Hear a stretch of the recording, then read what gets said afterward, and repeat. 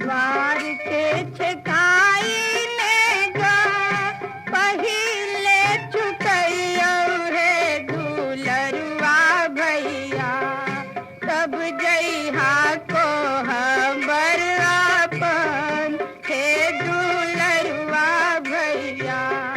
ससुर के कमाई देलहा बहिनी के दिया हे दुलरुआ भैया तब जइहा को हबर अपन हे दुलरुआ भैया